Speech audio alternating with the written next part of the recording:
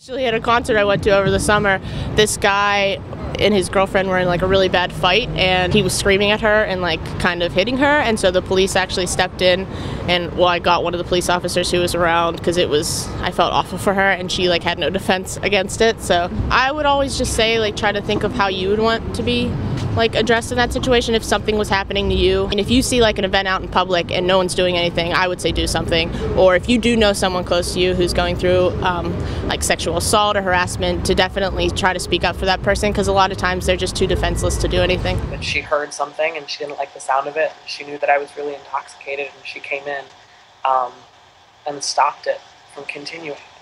And really, I can't thank her enough for that. I've intervened in situations before, and it's really scary. And if you don't think that you can do it on your own, get help.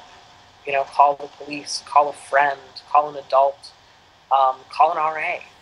Guy friends, girlfriends, we go out to different houses and party, and sometimes a friend, I'd notice she'd be drinking a lot, and a guy would start bothering her, and I would be that bystander, and I would yank her out of the situation.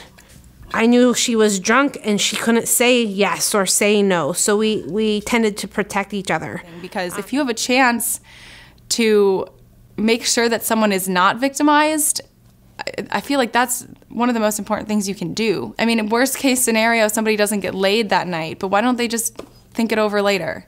It's not going to ruin the course of history if you say something, but it could very well ruin someone's life if you don't.